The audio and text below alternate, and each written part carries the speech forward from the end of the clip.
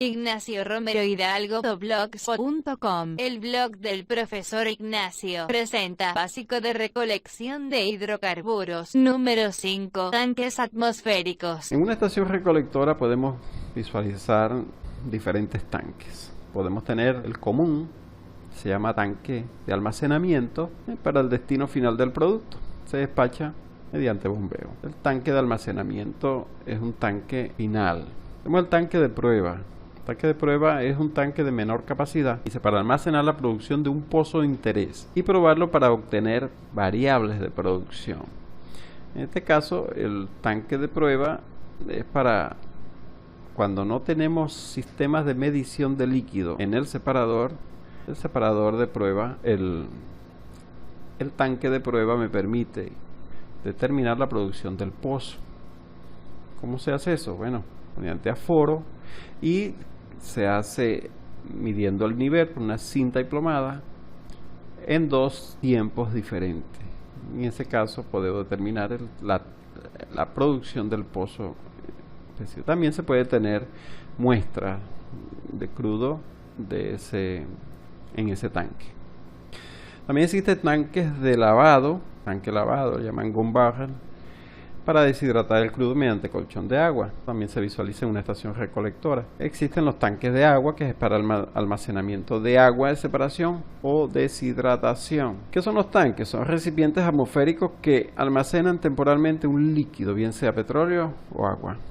Los tanques de crudo deben estar provistos de respiraderos para dejar salir los vapores que el crudo desprende. Es decir, yo tengo un tanque de crudo, sabemos que el crudo tiene la tendencia a desprender vapores, desprender gases. Como ese gas se va a almacenar, como el crudo está almacenado en ese tanque y esos vapores van a quedar ahí en el tanque, entonces el tanque tiene que estar provisto de respiraderos. ¿Qué sucede si no cuenta con esto? Bueno, esos vapores se van desprendiendo y van generando presiones al tanque. Si esa presión sobrepasa esa presión cuasi atmosférica del tanque, puede ocasionar problemas al techo o puede a las paredes también. Entonces tiene que tener esos respiraderos adecuados para que los vapores salgan de allí. Generalmente son cilíndricos para garantizar la distribución de presión del fluido a una determinada altura y son de forma cilíndrica.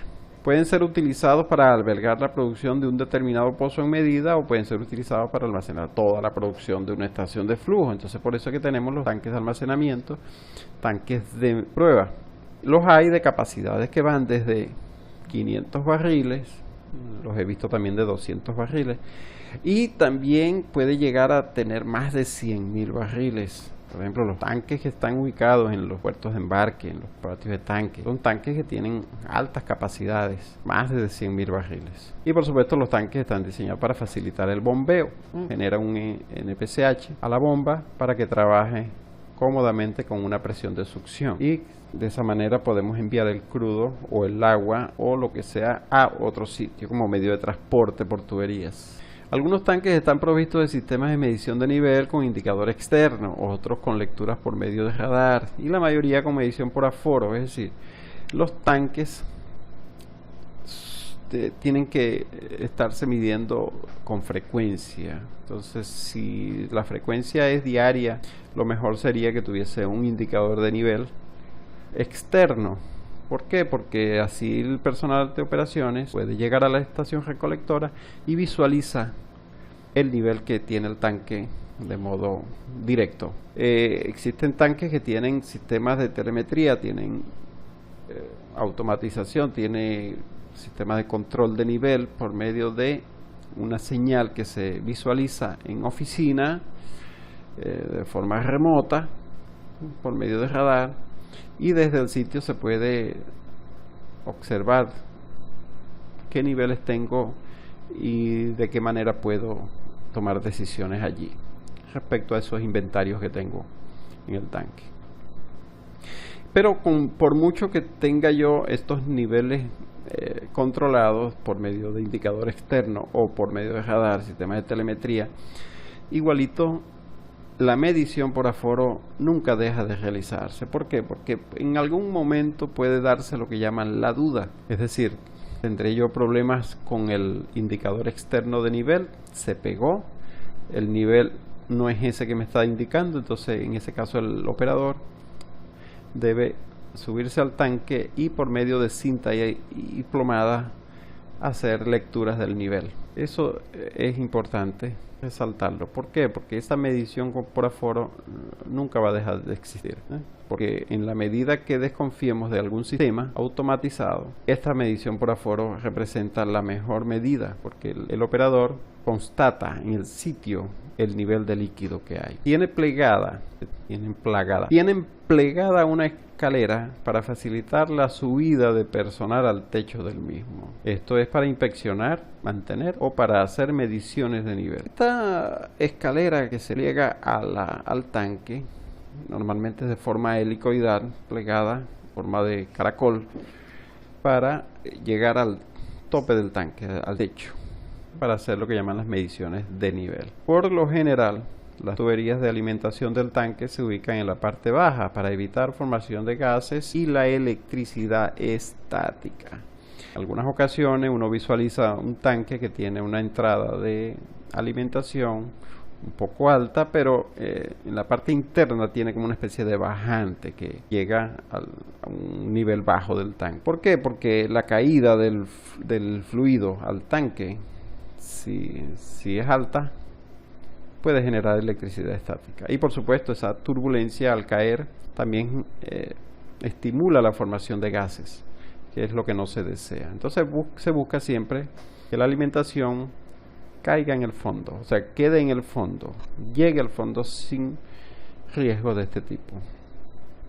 La línea de descarga, la succión del sistema de bombeo, debe estar ubicada en el fondo, pero no tanto, para evitar la entrada de sedimento. Todos sabemos que en los tanques, así como se almacenan los fluidos, también caen sedimentos. ¿Por qué? Porque del yacimiento vienen sedimentos, arena, producto de la formación, es decir, puede ser formaciones, yacimientos que son poco consolidados, es el del Mioceno, del Eoceno, formaciones poco consolidadas que en la producción de los fluidos del yacimiento se dirigen hacia el pozo, se dirige arena, esa arena va circulando con los fluidos de producción, llega a la superficie, se dirige hacia los separadores, en el camino se va quedando en diferentes partes.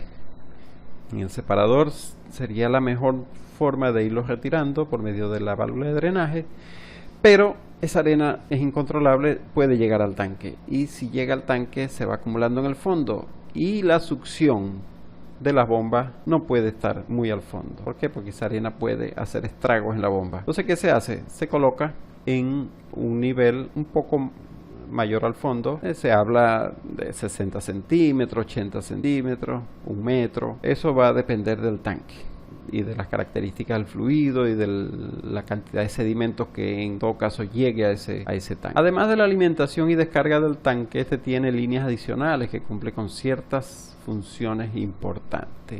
En eso podemos visualizar, por ejemplo, la línea de contraexpansión, que sirve para evitar que se acumule presión por efecto de expansión y rompa la línea de entrada o la pared del tanque.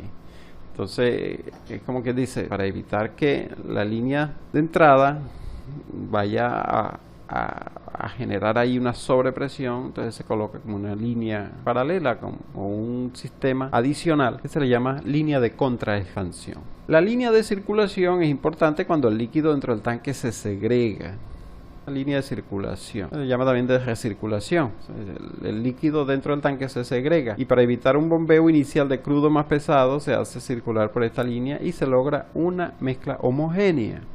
¿Qué pasa? Cuando un tanque tiene un fluido por mucho tiempo detenido, si tiene agua, por supuesto, se segrega el agua y queda agua en la parte inferior. Entonces esa agua, digamos, si vamos a bombear hacia el patio de tanques o en una estación recolectora principal, vamos entonces a bombear primeramente agua, pero no tanto en ese estilo del agua. Puede ser también crudo, que se segrega, en donde en la parte inferior se posiciona crudo más pesado y en el medio un poco más liviano, y así se segrega. Entonces para eso se hace una especie de recirculación para hacer una mezcla homogénea en el momento que se va a activar el sistema de bombeo, y así podemos enviar una mezcla homogénea. Y la línea de drenaje permite hacer descargas controladas de agua o sedimentos que se acumulan en el fondo del tanque. Esto es lo que venía hablando anteriormente, que que si yo tengo un crudo con agua y el agua se segrega también, yo prendo el sistema de bombeo, entonces voy a bombear agua hacia el patio de tanques. ¿Qué hago yo? Por la línea de drenaje hago una descarga controlada del agua, bajo ese colchón de agua y sedimentos que pudieran estar allí, y entonces, ¿qué me va a quedar? Un crudo un poco libre de agua. Entonces, en ese caso, prendo el sistema de bombeo y entonces así voy a enviar crudo con mejor calidad. El sistema contra incendios es indispensable, ya que un tanque en una estación de flujo representa un inventario de combustible importante y un peligro latente. Entonces el sistema contra incendio en sistemas de tanque debemos tenerlo siempre allí. ¿Por qué? Por esto que le acabo de decir. Es un inventario de combustible importante que se tiene allí. Una chispa, una electricidad estática, una mala operación, un incendio, agua contra incendio para evitar ese peligro. Alrededor del tanque se sitúa un muro que genera un volumen de almacenamiento para que en un eventual desbordamiento, digamos accidental, de los fluidos del tanque, estos se concentren allí y se facilite su recolección. Entonces aquí, ¿qué observamos? Un muro de contención, un muro alrededor del tanque. Esto que se ve acá es el muro. Este muro alrededor del tanque genera una especie de volumen. Ese volumen permite que en la medida que el tanque se desborde y se vaya llenando este volumen que está acá, le dé chance al personal de operaciones o al personal de emergencia o de contingencia a tomar una acción, cerrar pozos o prender bombeo o hacer alguna acción que permita detener ese desbordamiento o que se vaya a salir del muro, ¿no? También que se vaya a regar todo ese petróleo en la estación recolectora. Entonces para eso es importante este muro, para evitar un desbordamiento, digamos, y fluidos alrededor de la estación recolectora. Todo personal que suba al tanque debe tener el cuidado de no inhalar los vapores que se desprenden por la boca de aforo. Esto es muy común. Normalmente los operadores, cuando suben al techo de un tanque y abren la boca de aforo, entonces lo primero que sale allí son vapores. Si no se tiene cuidado, esos vapores le dan inmediatamente en la cara del operador y esos vapores son inhalados. Esos vapores pueden ser, primeramente, pueden ser tóxicos. Imaginen que haya H2S, puede generar un problema allí mayor. Una inconsciencia del operador puede generar un problema. Y así no tenga H2S, son vapores combustibles que pueden generar mareos. Entonces eso deben tener cuidado. El operador, al momento de medir, debe tener el cuidado de no dejar caer objetos dentro del tanque, y esto es importantísimo. ¿Por qué? Porque los tanques, al momento de hacer lo que llaman el mantenimiento temporal de limpieza interna, eso no se hace cada año ni cada 6 meses, se puede hacer, digamos, tiempo bastante amplio. Pero ¿qué se encuentra en esos tanques cada vez que se le hacen esos mantenimientos? Se encuentran trapos, se encuentran cintas de aforo, pueden encontrar en estos tiempos hasta celulares, ¿no? Cosas que van cayendo en esos tanques y que por supuesto es muy difícil recuperarlos y se van quedando allí. Entonces el operador, al momento de medir, debe cerciorarse de qué cosas tiene en sus manos, qué cosas se pueden desprender y que puedan caer al tanque. Entonces tiene que tener mucho cuidado. Algunos tanques tienen una línea de serpentín de vapor para cuando el producto requiera ciertas temperaturas y lograr mayor fluidez. Eso se da más que todo cuando los crudos son mediano, pesados. Para poderlos hacer fluir es necesario aumentarle la temperatura. Entonces para ello esos serpentines, por allí se hace circular vapor. Ahora, ¿de dónde viene el vapor? Puede ser de las calderas. Las calderas son sistemas para generar vapor. Entonces ese vapor se hace circular por esos serpentines y se mejora lo que llama la fluidez. Entre calor para fluidez y calor para rompimiento de emulsión está un promedio de temperatura en el orden de 200 grados Fahrenheit. Se dice, bueno, si la temperatura es menor a 200, normalmente lo que se busca es fluidez. Si la temperatura es mayor a 200, se busca rompimiento de emulsión. Entonces es más o menos el parámetro a considerar, en el orden de 200 Fahrenheit, 190, 210. Por ahí va el valor, No se necesita mayor temperatura para fluidez y para rompimiento de emulsión, sí, allí sí. Considerando que el nivel de líquido es la variable de mayor importancia en los tanques, se le debe instalar un sistema de control de nivel para evitar que la bomba trabaje lo que se llama en seco. Es decir, la bomba no vaya a trabajar sin que haya alimentación al sistema de bombeo. Entonces, en ese caso se tiene que colocar un sistema de control de nivel.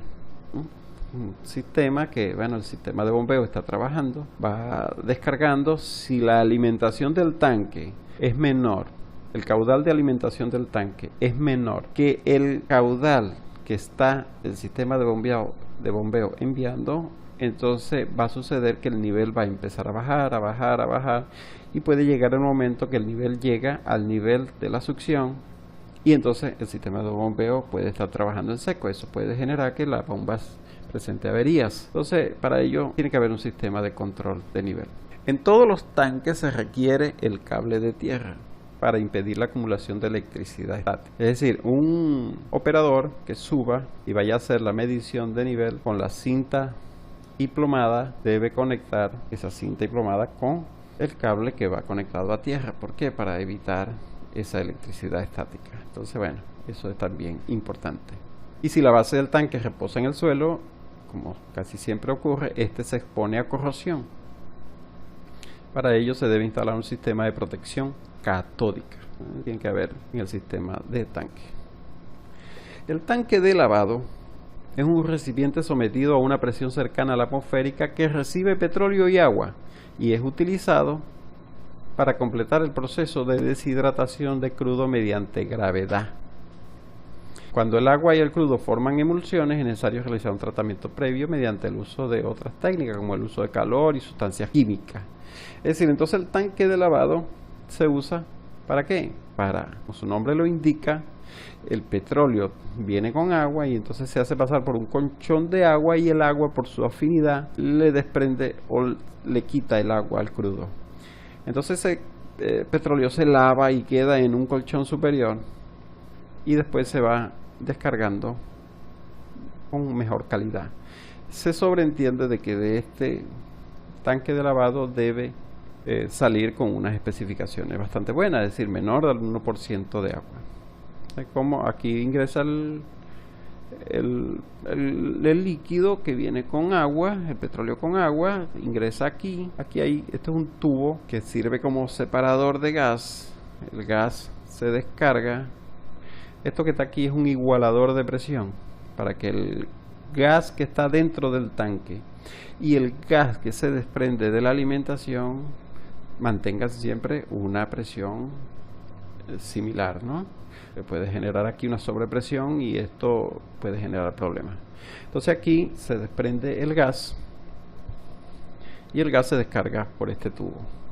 Entonces, bueno, el petróleo con agua ingresa acá y esto se llama distribuidor de flujo, y aquí se distribuye en pequeños caudales en forma areal en el colchón de agua. Entonces esas pequeñas fracciones de caudal de alimentación se va distribuyendo, y esto también tiene un sistema de baffles, digamos un sistema de desviadores de flujo que permiten que la alimentación se vaya moviendo a lo largo de este colchón de agua y se lave. El agua le retira el agua al crudo y luego el crudo se coloca en esta sección, se llama sección de asentamiento. Aquí todavía partículas de agua tratan de migrar hacia el colchón de agua, y luego por reboce aquí tiene una descarga de crudo y este crudo sale con especificaciones. Esa es la intención. Y aquí el agua se hace pasar por esta descarga, se desgasifica también y se envía a un tanque de agua. El tiempo de retención es importante en un tanque de lavado. Este varía entre 4 y 36 horas y se requiere para que el crudo alcance un promedio igual o inferior a 1%.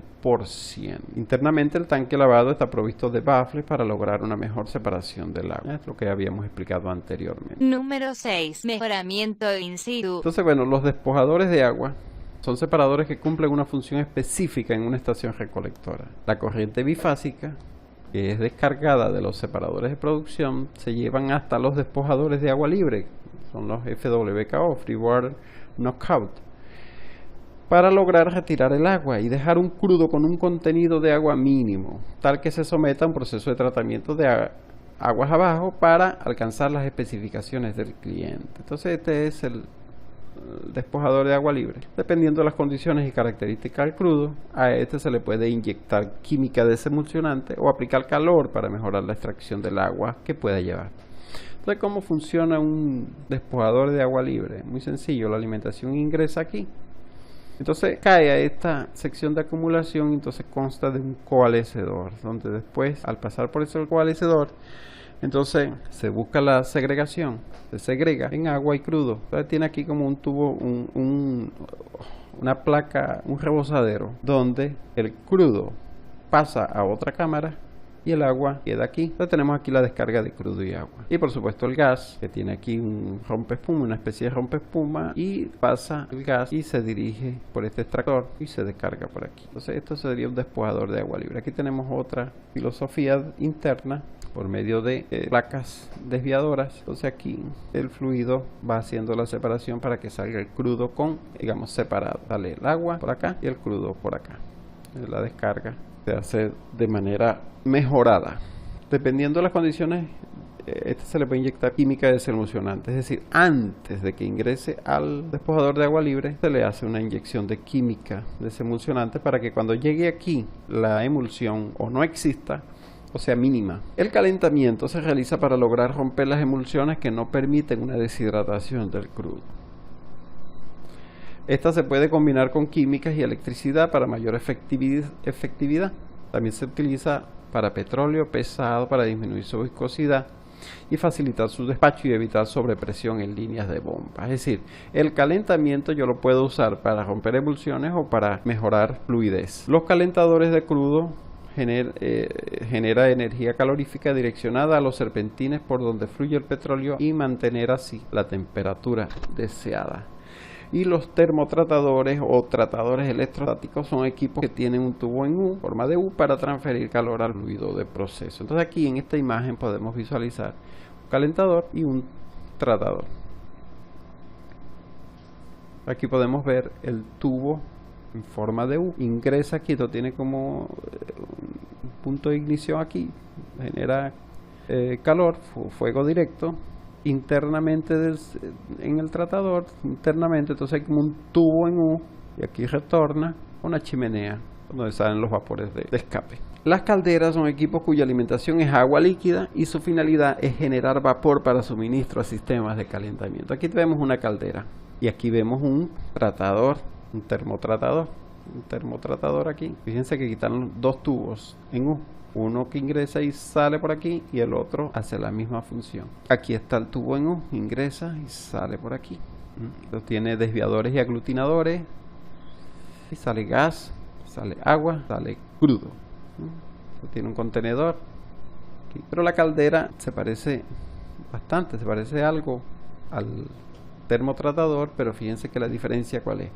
La alimentación del termotratador es corriente de crudo y agua y por supuesto gas, ¿no? Y salen tres corrientes, gas, crudo y agua. El termotratador tiene un tubo en U. Este también tiene un tubo para generar calor, pero esta caldera, la alimentación es agua. ¿Qué hacemos? El agua la vaporizamos, el vapor que se genera, entonces este se utiliza para generar calor aguas abajo, es decir, por ejemplo los serpentines que puede tener un tanque. Ese vapor se hace pasar por allá para calentar el crudo en el tanque. Entonces esto es la diferencia entre una caldera y un termotratador. Y por supuesto el sistema de envío, que son el sistema de bombeo hipomecánico para recibir el líquido, elevarle la presión y transportarlo mediante tuberías a un lugar de interés. Desde una estación de flujo, el sitio de interés es el patio de tanque, alguna estación recolectora principal o algún punto de rebombeo. Tenemos que también tener presente de que a veces las estaciones de flujo o estaciones recolectoras se encuentran bastante distantes de los patios de tanque, entonces un sistema de bombeo no es suficiente para llevarlo hasta el sitio de interés, entonces existen puntos de rebombeo, un punto intermedio para hacer digamos, una elevación nuevamente de presión por agotamiento. O sea, se agota la presión, se utiliza rebombeo, se eleva otra vez la presión y se termina de llevar al sitio de interés. Existen estaciones recolectoras que no tienen sistema de bombeo, tienen tanques y no tienen sistema de bombeo. Ejemplo, llevan cisternas a la estación recolectora y hacen el transporte de crudo por medio de gandolas, cisternas, ¿no? Eso también ocurre, ¿no? Que pueda tener un sistema de tanques en una estación recolectora, pero que no obtenga el sistema de bombeo. Entonces, bueno, estas pueden ser de varios tipos, pero ¿cuáles son las que normalmente se utilizan en una estación recolectora? O sea, son las reciprocantes y las centrífugas. Si yo requiero más que todo presión, se utilizan las reciprocantes porque se utilizan un cilindro pistón y la presión que se puede lograr con ese sistema es bastante bueno. Pero a veces no necesito mayor presión porque el patio tanque está relativamente cerca, pero sí necesito enviar bastante volumen. Entonces para eso son buenas las centrífugas, para mayor volumen. El acondicionamiento, que vendría siendo la depuración de gases, para lograr que las partículas líquidas que son arrastradas por el gas en el separador de producción sean devueltas al sistema líquido de la estación. Es necesario la colocación de un depurador. No todas las estaciones cuentan con este servicio. Es necesario un análisis del contenido líquido del gas producido y sus condiciones de transporte hacia la planta compresora. Los depuradores tienen elementos similares a los separadores, tales como válvula de seguridad, control de nivel, etc. Solo que la descarga de líquido no se realiza con la frecuencia de un separador de fases. Es decir, ¿por qué? Porque en un depurador la cantidad de líquido es menor. Entonces en un depurador la cantidad de líquido que ingresa es dada por las partículas que van suspendidas en el gas y esas partículas se van almacenando aquí en la sección de acumulación y no es sino cuando un día, 2 días, un tiempo específico se llena la sección de acumulación. Es distinto a un separador de producción. Separador de producción, la sección de acumulación se llena en un tiempo de retención. Para diseño 5 minutos, pero puede ser 1 hora, puede ser 2 horas, dependiendo de la producción del pozo, pero en un depurador no. El depurador son partículas y esto tarda algo de tiempo en llenarse y después que se llena un sistema de bombeo lo descarga y eso va al sistema de líquidos de la estación recolectora. Eso contribuye a que la merma del líquido sea menor. ¿Cómo se reconoce un depurador de un separador en una estación recolectora? Pues sabemos que la alimentación es gas y sabemos que la descarga de un separador de producción es gas. Entonces la descarga de un separador de producción y la alimentación de un depurador tienen características similares. Entonces por eso es que la alimentación, fíjense aquí, la alimentación al depurador, el diámetro de esta tubería y la descarga de gas son muy similares, tienen aproximadamente el mismo diámetro. Próximo video, número 7, medición monofásica.